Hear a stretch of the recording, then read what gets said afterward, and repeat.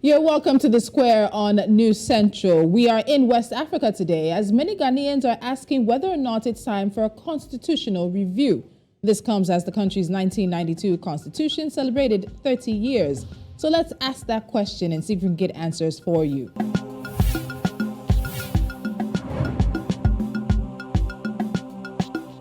For a large part of 2022, what we heard of West Africa's second largest economy focused on the economic challenges the country was and is still facing. Ghana, a cocoa, gold, and oil producer, has hit hard times. Debt has reached unsustainable levels and has gone back to the International Monetary Fund for a record 17th time.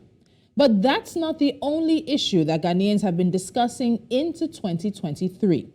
Over the weekend, Ghana commemorated the 30th anniversary of the Fourth Republican Constitution, which came into effect on January 7th, 1992.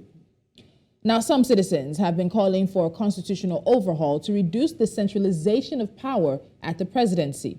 Meanwhile, there already is a constitution review white paper that has not been implemented. There is a call to put that out.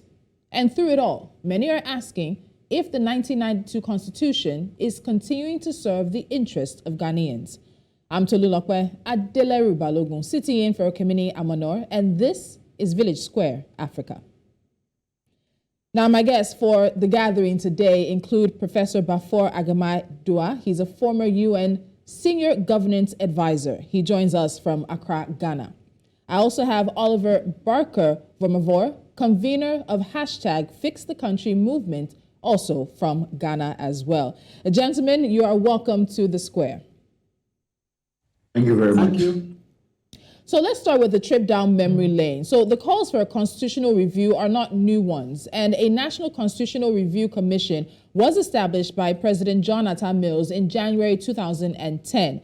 That committee submitted a report on the 20th of December 2011, and now, some 11 years later, the report seems to have gathered dust and we're back to the demands. So Oliver, I'm going to start with you. Should we even be having a conversation about starting a new review process for Ghana all over again, or it's actually time to dust off the white paper and put it to use?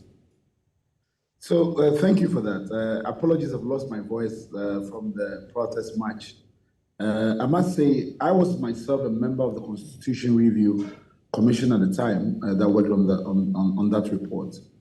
Now, we have to put things into perspective. First of all, the Constitutional Review Commission issued a 1,000-page report with over 211 recommendations for constitutional reform. The government's white paper at the time rejected about 70% of the recommendations that were made from that white paper, in that white paper. So the white paper itself is not a basis to restart or kickstart the conversation about constitutional reform. Because one of the things the government did at the time was that it completely depreciated the full range of proposals that were on the table. One of the things that has happened within the past 12 years that the government has failed to move on those recommendations is that different ideas have come up. We've gained different perspectives of the ways in which our democracy is at risk. And in that period, one of the things that we have noticed is that there are different demands that the new generation is asking of our constitution that the constitution is not able to provide the answers for. Okay, while we see what we can do to sort those technical and connection issues, let me move over now to Professor Baffour Agyeman-Duah. Prof, when you hear Oliver talking about a new generation making new demands on the Constitution, constitutions they're not newspapers. You don't print a new one every year. They're not biannual. There's not necessarily a reason to completely overhaul a constitution. And he talks about the previous review being 1,000 pages, over 211 recommendations, 70% of that being jettisoned. But when you look at where Ghana is currently right now, there are those who believe that the constitution is not Ghana's issue. And if it has gotten the country so far, it couldn't be too bad. What do you think? Thank you for having me, and let me say hello to Oliver. He's a great guy. I haven't shared a platform with him before, so I'm delighted to share the platform with Oliver. Now to your question. First of all, it's not the new generation only that is concerned about the constitution and the whole notion of governance in the country. Somebody who's supposed to. I can say that a lot of people, so-called older generation, have the same kind of sentiments about the constitution. I think anybody who has been around since the Fourth Republic and has lived under this constitution will tell you that there is a real need for that. Of course, the political class doesn't seem to be so keen on this as others. It is true that the Constitution has served the country to some extent very well, especially in the arena of ensuring some semblance of stability in politics. It has enabled us to predict that at least every 4 years there will be a smooth transition of power or retention of power if the incumbent political party wins. And I think that has brought a sense of stability to the Ghanaian political system. That is about the best thing that we have gotten, especially given our history of instability, military intervention, and all that. But having said that, it's also true to say that after 30 years of working under this constitution, there have been so many contradictions that all of us have come to see. We know that the constitution has over-concentrated power at the center. We know that the Constitution has not empowered the grassroots. After all, the essence of democracy is the participation of all people, especially ordinary people at the grassroots. And this Constitution seems to be top-heavy in the sense that our politics seem to have remained at the national level.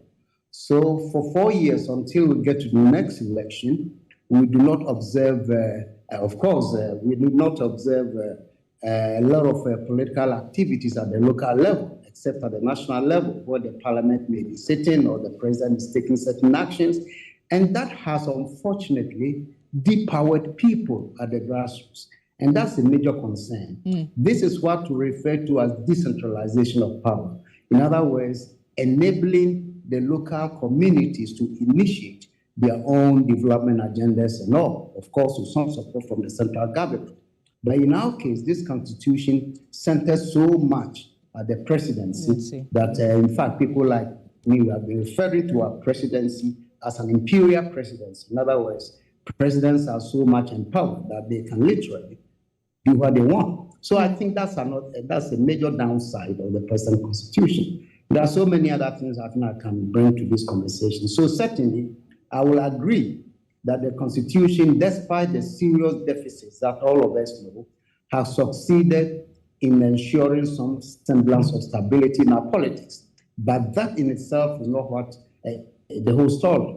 I think we have to be looking at revising it to bring more dynamism in the development processes in the country.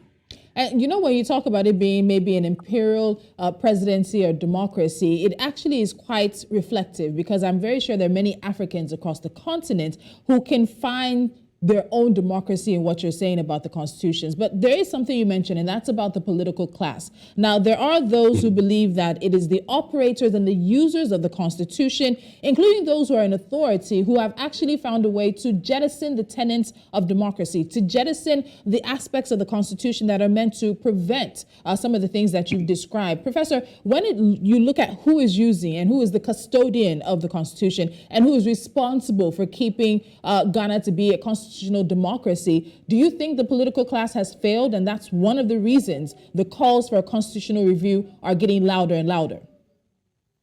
To a large extent, I would say yes. The political class has not been very helpful in terms of bringing some dynamism in the way we operate this constitution. But let me take a step back to say something that is critical to this conversation.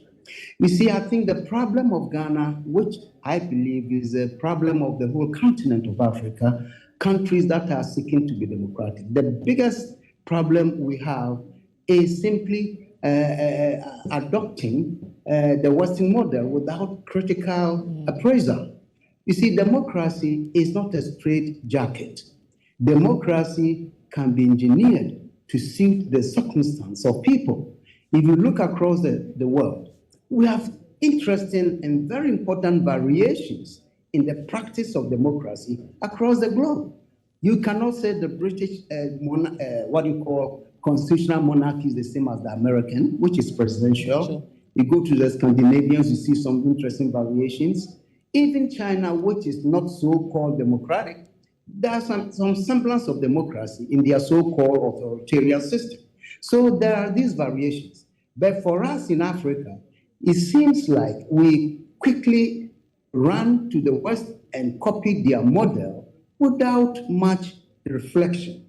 And therefore, what we have created of ourselves in so many ways conflict with certain primordial, traditional, historical kinds of forces. And that has been a major problem that we are facing. Yes. So whilst I'm saying that the political class has not been very helpful in kind of helping us to actualize the best practice of democracy, I think the greater challenge for me has been what I may call the laziness of Africa, the intellectual laziness, for us to critically think and discover what best suits us. As I said, democracy is not a straitjacket. The only thing about democracy that's a straitjacket is the principles, the values that seeks to equalize humanity. All the freedom that we talk about, all the liberties we talk about, every human being, the fact that we are human beings, we deserve that.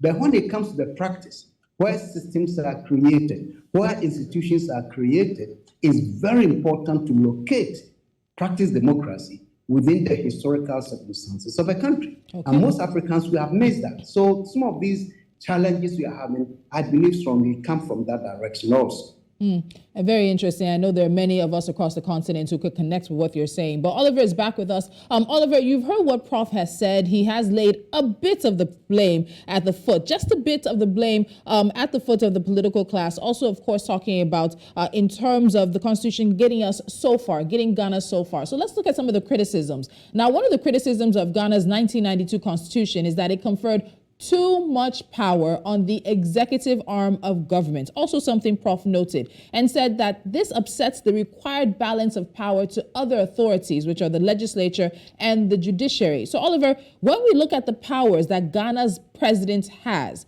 is the presidency unfairly favored with Ghana's 1992 Constitution? That's an interesting question. One of the things that we have done within this past few months is to actually conduct a study on the powers that the Constitution gives to the president.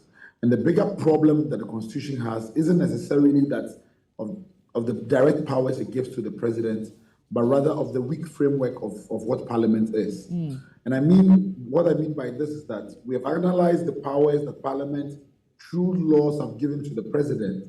And there's a lot more powers the Parliament itself has given to the president than the Constitution gives to the president. And what we are unique in this case, I think, that we have a parliament that cannot make laws of its own initiative. So all of the laws that exist in the Fourth Republic of Ghana have been from the executive proposing that law to parliament.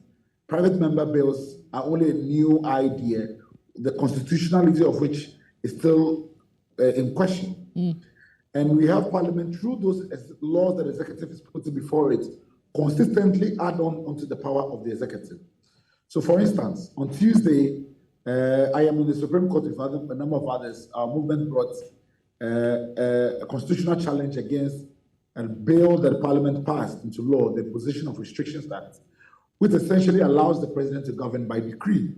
Now, the idea was to allow the president to deal with the COVID issue, but it does a lot more than that. It creates a framework by which the president can essentially make law by decree, can even suspend human rights completely. And we are saying that this is unconstitutional, and it upsets the balance that the Constitution should have intended to create. But if you think then of the Constitution in that framework, and we are not only looking at the direct prescriptions of the Constitution, but the weak framework which it has created, by which the executive, being so powerful, has been able to use that to its advantage and weaken the other branches even more, then it requires that when we are thinking about constitutional reform, we think of the Constitution as an entire framework, rather than the linear approach that a lot of people talk about, which is what articles do you want to amend, but rather to rethink the framework of governments. What kind of government do you want to create? What kind of vision of society do we want to be able to have? what is the purpose of the Constitution. This allows us to think outside of the box and think of constitutional reform as a holistic project, rather than give us a list of 1, 2, 3 provisions that need to be worked upon. This is where the critical conversation piece needs to happen. And I think that in a critical mass of people, we have not been able to achieve that. And so a lot of the times, the conversation about an overhaul of the framework is often hit with the impediment of people thinking that this is too radical approach and that we need to do superficial amendments here and there. Okay, and we'll touch on that, particularly in terms of what a constitutional review process would look like and the involvement of Ghanaians, the people who are meant to be basically the holders of democracy. But I want to ask you gentlemen this before we go for a break. There are a number of other possible reform areas that have been mentioned, including the legislature, judiciary, the Council of State, the Lands Commission, Lands Administration, decentralization, even the participation of women in governance. Some have advocated for a quota for that, political parties and elections, good governance and corruption, as well as national development planning. If we were to see a constitutional review come up again, let me start with you, Prof. What would be your priority areas if there was to be another amendment or review process? Actually, I share the sentiments of Oliver when it comes to the constitutional review, which is that we need a holistic approach.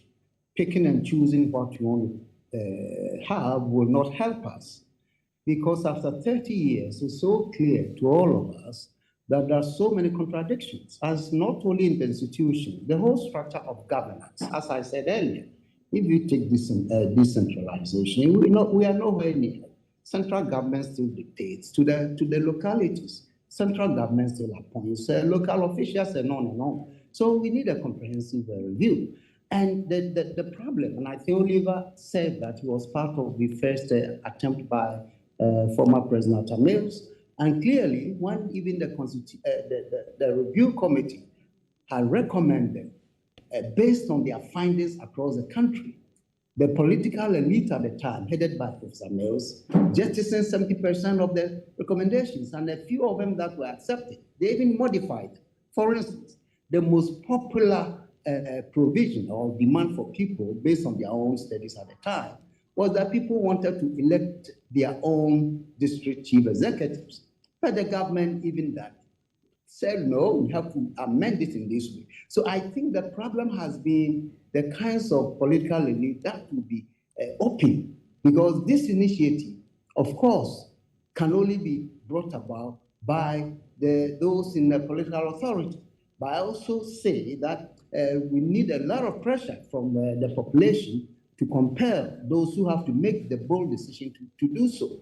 So I'm saying that the review that we're talking about is not just cherry picking, but rather taking a comprehensive look, especially in the context of my earlier comments, which is that I believe we adopted the Western model without much critical appraisal. And I think we should have the opportunity at this time to look at our own history, look at our traditions, and see where we can adapt some of our own. And this is what we find in most democracies, that the notion of adopting wholesale what the Western world has created is not the right thing to do.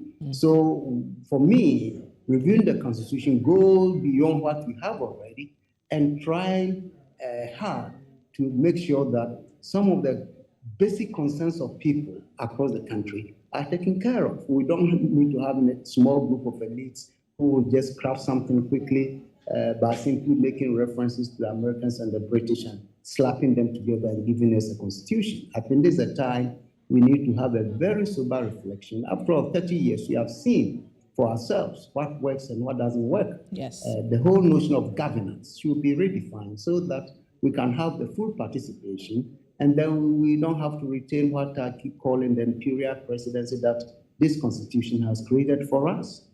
We're going to go on a break because your answer takes us to the people. and that is Ghanaians themselves, who every single day must live under this constitution, must live in this democracy that some have called the beacon of democracy or in the African continent, but it goes beyond that. And so, Oliver, when we come back, this holistic approach and pressure from the people, those are parts of the conversation I want us to get to. But at the end of the day, there's a big question I would like my guests to answer.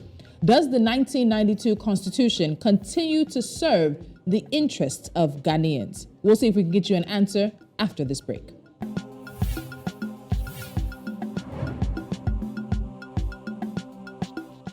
You're watching Village Square Africa. Now, my guests today are Professor Baffour Agyeman-Duah, former UN Senior Governance Advisor, and Oliver Barker-Vormawor, convener of the hashtag Fix the Country movement Ghana. As we look at Ghana's fourth republic, asking ourselves, is it time for a constitutional review? So, Oliver, I'm coming to you now because Prof mentioned something about a holistic approach and pressure from the people, and that's the direction I want us to take this to now.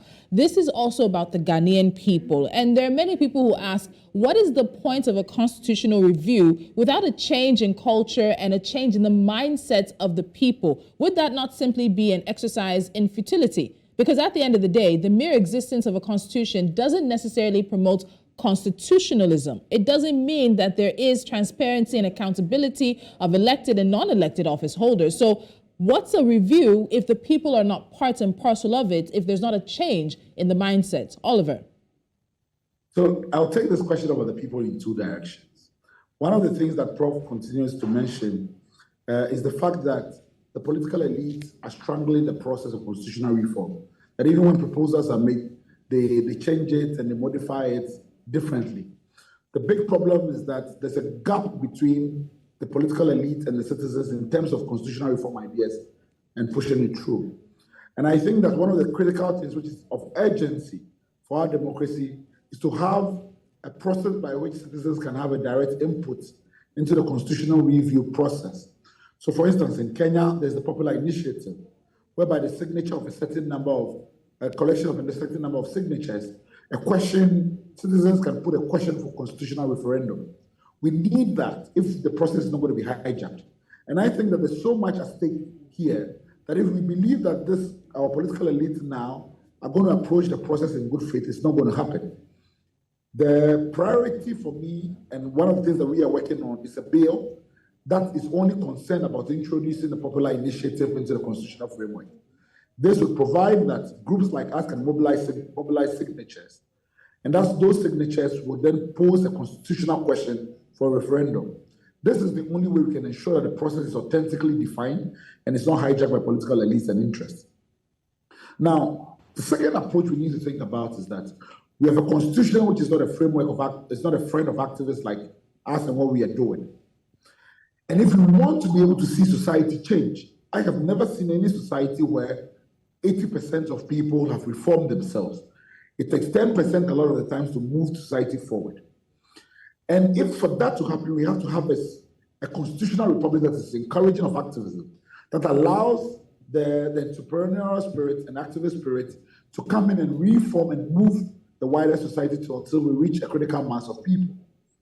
If we are living in a constitutional framework where even the avenue for reform the doors are shut to even that small group of change makers to be able to push the wider society to that society, then we are not going to see anything at all change. Now, the question about societal changes and attitudes and all of that, I agree. No democracy is self-expending. It must benefit from the energy and the vibrancy of its own population to be able to move forward. But a lot of the times, this language is used as a red herring. It is used as an excuse and as an impediment to real constitutional reforms. It's not a one or the other. It's both. And so, if constitutionalism can be used to enable entrepreneurial, when I say entrepreneurial, I mean that in terms of civic and constitutional activism, then we must use that as a way to draw the people into the process. But if we use the legal framework, if we use the powers that be to shut citizens out, I tell you, we are not going to be able to have the democracy we want. As it exists now, the cost of activism for individuals like myself, who till now has had the government seize my passport, who is facing trial for treason, nobody is going to put themselves on the line We can continue to shout active citizenship from the rooftop, Yeah. but if the society would crush you, if we would use the powers of government to kill down and beat down young people who are interested in these ideas, nobody's going to put themselves and their lives on the hold to be able to move our democracy forward. So we must be willing to be able to put our bodies and our voices on the line for this to go ahead. When I was arrested by this government, all our civil space was quiet. It took the Cambridge University in the UK who issued a statement talking about human rights abuses in my regard. If the cigarette voices in the space are not even willing to put their voices down for activists who are bound to be able to run into trouble with authorities, who are going to be the face of oppression, then nobody is going to do this work that improves our democracy. That is where we must start from and ask those questions from. Okay, so there are still so many questions because I think that there are many Africans watching from across the continent who can feel plugged into this because this is how, in a way, many of us are separated from our constitutions and democracies. Professor, let me come to you because across Africa, we can see how we as Africans often feel powerless, even when democracy and constitutions are meant to be for the people and by the people. When it comes to this process, if there was to be a constitutional review, one that does not cherry pick, one that does not simply dedicate a special part of the political class to making these decisions for millions of Ghanaians, what kind of role do you think Ghanaians should take? You talked about pressure from the population. What should that pressure look like? What is the population meant to pressure the administration to do or the parliament, as it may be, or the ruling political class? What is Ghanaians' role, the role of the everyday Ghanaian, when we're talking about the Constitution 30 years later? I think that's a real challenge when it comes to pushing for social change. And I think Oliver is right in pointing out that in social change across the world, you don't get 100% of people participating. You don't even get 70%. At times, just 25, 30, 35% of people who can really change a country. Because by and large, most citizens will prefer to stay where they are and just mind their own businesses and do their jobs and just stay. So those who are interested in governance are those who take the mantle to lead a change. So the whole notion of political participation in most African countries, we find serious deficits there, either because of mass illiteracy or ignorance or poverty or whatever. We don't find many people being active. So you find pockets of population, young people, not even all of them, those who are really struck by the problems of their country, who rally around and mobilize themselves to do that. So I think, for me, we missed the boat when we decided to go democratic, which is to say, the steps we took to write the Constitution and how we perceive democracy, both in theory and in practice. You may find that even in Ghana, when you ask ordinary people what democracy is, they are going to give you this so-called popular local interpretation of Kabima can be said, so I can also say something. We have reduced democracy to just talking. If you say, and I can express myself, here we are referring to the freedom of speech, then that is democracy. But that is not. There's a huge component of democracy that also deals with economic development. And because we have not really critically reviewed that, we find some real disconnect between our political practice here, democracy, and even economic development. Much of the problems we are facing in our economy, for instance, in my humble view, may be coming as a result of that disconnect, you see. So if you are talking about how do we get people involved in this, of course, mass mobilization is one. Key institutions of governance, the private sector in particular, I'm not talking about business now, but the private institutions dedicated to political change and social change, all of them should be active. Academia should be active. We cannot leave this struggle to a few people to parade the streets all the time. It is not as effective as if we can really get a broad-based movement for the change to come about. So I am saying that I think for Ghana, we need to expand the base. How we expand the base is the challenge.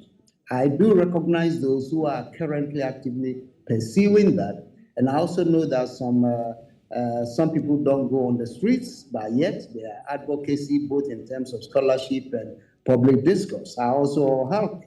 But I think ultimately, it depends on the quality of people we elect to represent us. Look, we are not, the fact that we want we want constitutional review or change does not mean we want to overthrow what we have. We can't do that, you see. So we should use the existing system to cause the change.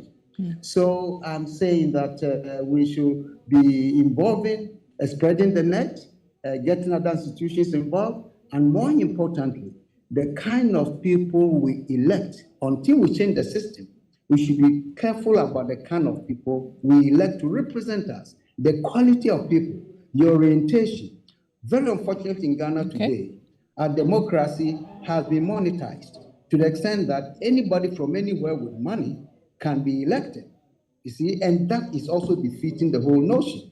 So the challenges are massive, but I think with the strong advocacy and all of us taking part in this, we can make a headway. So, Oliver, I'd like to get your thoughts on this before we move to the final question. In terms of the role of Ghanaians, whether it's a review, it's a replacement, it's amendment, what do you think Ghanaians need to do to be involved in this, if this is to go forward? Well, one of the things that we have done over the past 10 weeks is that we've moved up north in Ghana. I've been living in Tamale, which is a northern part of the country for the past 10 weeks. And all we have done is civic engagement and educating people about what constitutional reform would mean for their lives and how it can affect decision-making at the local level. And we've engaged over 60,000 people. We are drawing people in also to sign in a petition for 1 million votes for a new constitution. It's a new constitution for a new generation project that we have started. And for the first time ever in this republic, we've been able to mass mobilize people to go onto the streets and demand for constitutional reforms. But 10,000 people showed up here in Tamale when a lot of people don't think that this was something that was possible or unachievable. We've made this happen. For us, I think that the window towards drawing people in is we cannot preach to people. We have to be intentional about how we want to draw them in, and we have to be able to put in the work. That hasn't been done.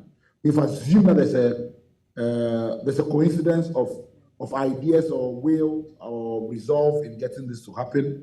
We've assumed that people are sufficiently educated about the process. When we have a fourth republic that is intentionally impoverishing people's ideas and interests in governance. And so we have to be able to mobilize all the forces that is put in this republic to ensure that people really understand the issues. And I assure you, people would come out, as we have been able to mobilize and bring over 10,000 people out here in a part of the country where a lot of people do not anticipate this level of political consciousness would happen. So that is critical. But also importantly, one of the things that we have to be able to be modest about and understand is that there's so many people within the space who are speaking these ideas, but who are still very comfortable with the status quo. Yes. And the level of comfort with the status quo makes them they do not sufficiently appreciate the urgency of the reforms that we're talking about. So at some point, it stays only on an intellectual level, and it's not a lived reality. This democracy, this fourth republic that we have, is actually impoverishing people. The structure of our governance and what we are doing is killing people. And unless we understand the urgency of these reforms, it's going to seem like, oh, yeah, but we're fine with the status quo as it is. It needs a little patch here and there. And we are not appreciating the urgency of the reforms of the situation. Okay. Unless we get there, we're not going to be able to achieve the reforms we need. All right, so gentlemen, time is not with us and we need to wrap up, but this final question is to the two of you, and I'll like your answers in just about 30 seconds. So in his speech on the eve of the 30th anniversary of the Fourth Republic, President Nana Akufo-Addo said that for the country to prolong her democratic journey, it was imperative to enhance transparency and accountability in the governance structures to fight corruption and the dissipation of public funds. Prof, let me start with you. Can Ghana make progress as a democracy with the 1992 Constitution? Just 30 seconds to give me your answer. Well, referring to the quotation we just gave from the president, this is something that has been rehashed over and over, but we don't see much of that in action. But directly to your question, you see, we need change. To put it simply, we need change. how the change will come about, as I think Oliver was alluding to, is the issue. But certainly my hope is that the change will come from democratic sources. We are not talking about change that is imposed. It should be democratic. And that is where I think the challenge could be. So whilst we appreciate the fact that this constitution may have served us, we also know that there are so many contradictions we need to resolve. There seems to be general consensus for reviewing the constitution, redrawing it, or wherever we put it. But all the same, I think we have to be mindful how we want that change to come about. All right. Oliver, same question to you. Can Ghana proceed as a democracy with the 1992 constitution? Can there be progress? First, a quick comment. I think the president is a very good speechwriter. It would be good if he believed in those words himself. I don't think so. I think that we are at the last stages of the lifespan of this constitution as it is. And if we continue to demand and stretch the patience of everyday Ghanaians, we might wake up to a different thing. I believe in democratic change, and I think that we're having a democratic conversation with the state of Ghana. It is important that we listen to the democratic and authentic voices of people. Shutting the door to people has never worked in the long term. And I think it's important that we recognize that reality and work towards that. That is what is critical and important, I think. And we'll leave the conversation at that. I know it won't be the last time this comes up, but as we enter into 2023, we'll see if it continues to gather steam and if popular pressure can get the government to go ahead with some kind of reform. Thank you so much, Professor Baffour, Agyeman-Duah, and Oliver Barker-Vormawor, convener for Fix the Country, Ghana, that is, and of course, former UN officer as well. Thank you so much for joining me on Africa Square. Thank you for having me. And all the conversations will continue. You can find them on our social media timelines at News Central TV, or also go to our YouTube channel if you've missed any of the conversations on Village Square Africa. We gather here Monday through Thursday to talk about the issues that you as Africans across the continent are discussing. I'm Tolulope Adeleru-Balogun, sitting in for Kemini Amanor. Thank you so much for watching and joining us on The Square.